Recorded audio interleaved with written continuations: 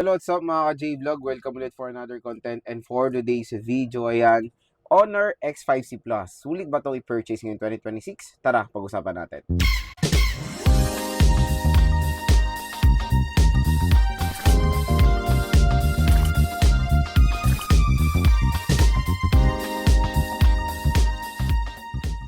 So yan, for today's content, another review na naman tayo. And this time, we will focus dito sa bagong labas nga na Honor X5C Plus. So itong smartphone na to ay recently lang lumabas sa Philippines, I think noong February 2026 lang siya.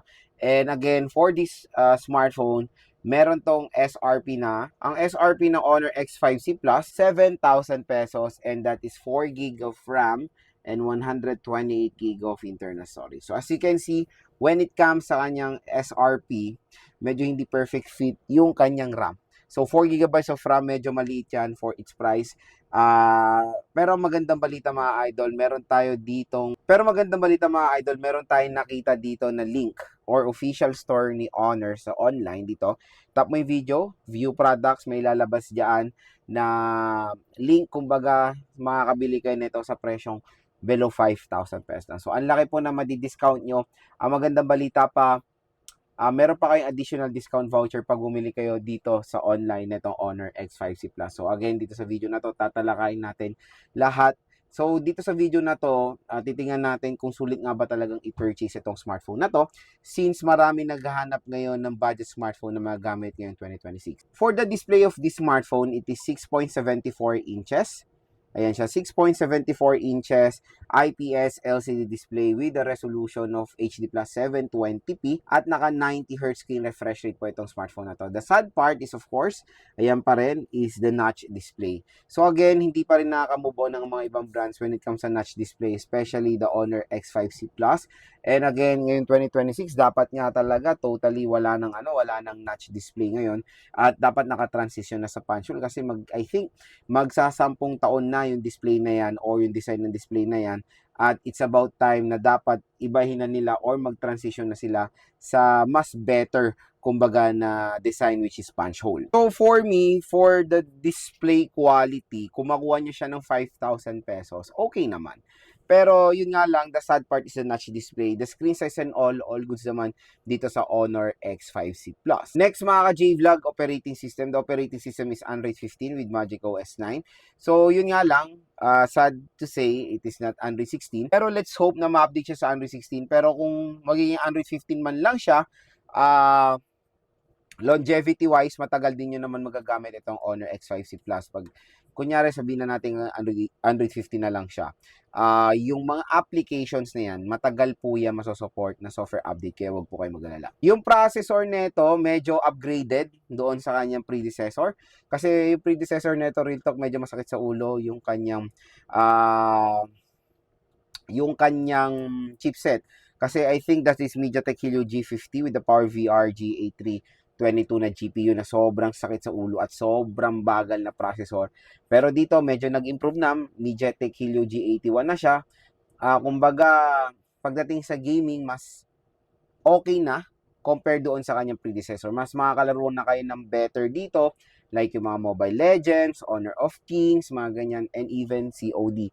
Pero pagdating sa mga AAA games, I will not recommend this smartphone. Solid gamers, ganyan, hindi para sa inyo to. So, pwede to sa mga casual users lang, yung kumbaga yung mga basic lang naman na nilalaro, or yung mga basic task lang naman ang ginagawa sa smartphone. Pwede po sa kanila tong Honor X5C Plus. Yung camera niya, it has a 50 megapixel main camera. As you can see when it comes sa design, hindi po yan talaga tatlong lente So, it is a single camera.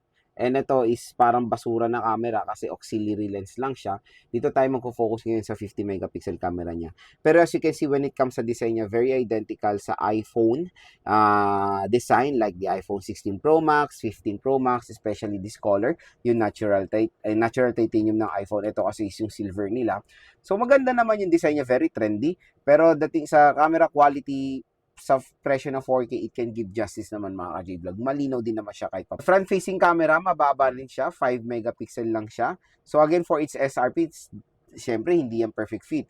Pero kung makuha nyo siya ng 4,000, I think marami rin naman mga smartphones sa ganyang price tag na nag-offer ng what do you call this one, 5 megapixel front-facing camera. Pero again, sa ating full review, if further discuss pa natin yung camera performance ng Honor X5C Plus. Pero for me, sa 4,000 pesos sa segment, pwede naman na siya.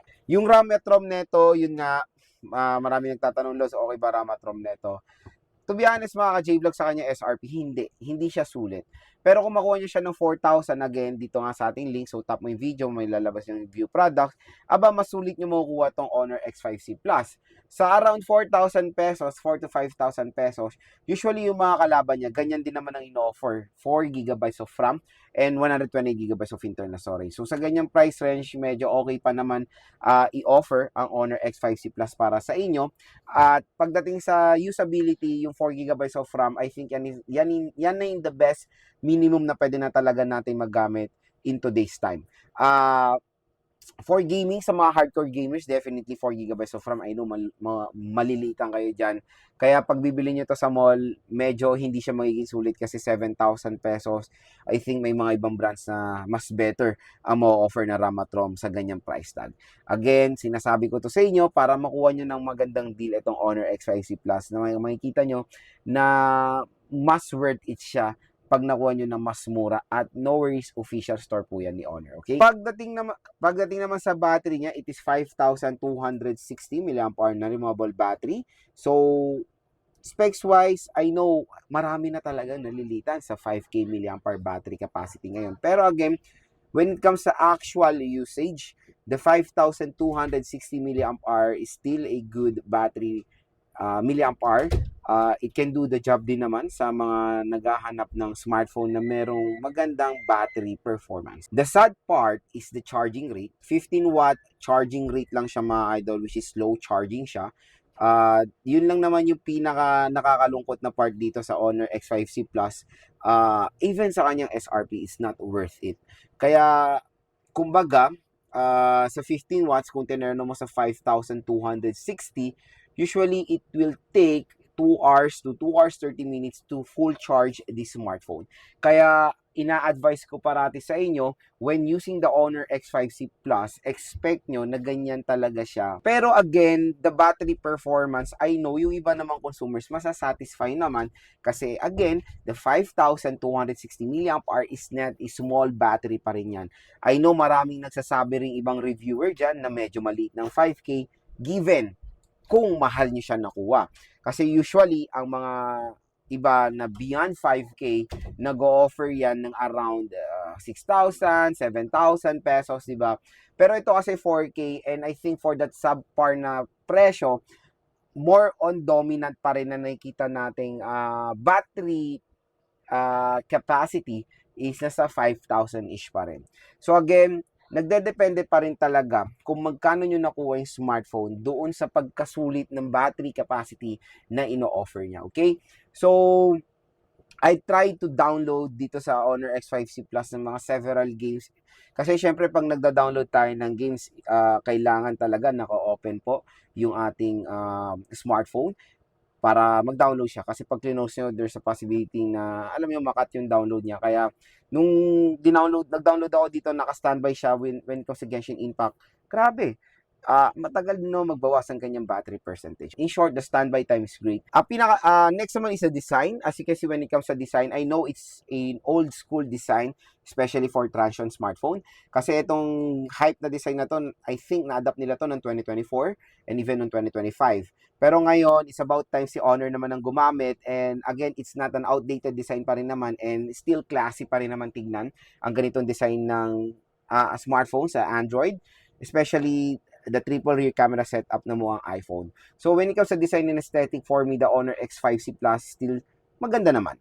Kung i-rate ko ang kanyang design for its price, I think I will give it a score of 8 dito sa Honor X5C Plus. Maganda dito is overall glossy matte finish siya, and even the frame is matte finish po dito smartphone na to.